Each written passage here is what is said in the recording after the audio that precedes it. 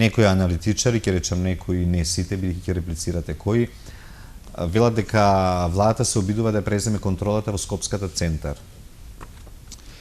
Во Скопската општина Центар председателот на Советот се наоѓа во притвор заради осомничено и засторено кривично дело.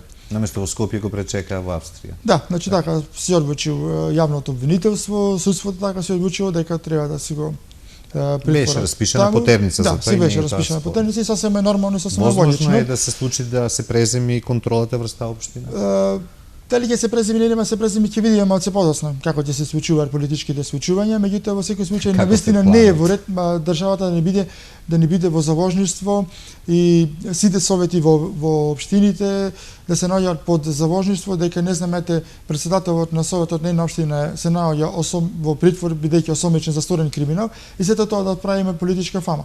Неретко се случува СТСМ да прави политичка фама од своји притвори на своји луѓе, значи тоа го имавме во случајот со Заев, потоа беше нели аболициран, што навистина е нонсенс во една политичка демократија.